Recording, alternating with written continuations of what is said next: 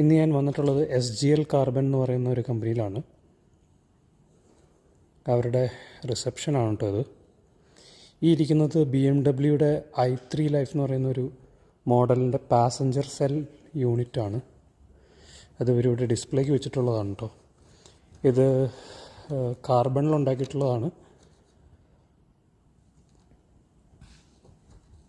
Carbon fibre reinforced plastic, അതുകൊണ്ടാണ് ഇത് ഉണ്ടാക്കിയിട്ടുള്ളത്. ഇത് ഡിസ്പ്ലേക്ക് വെച്ചിട്ടുള്ളതാണ് കേട്ടോ.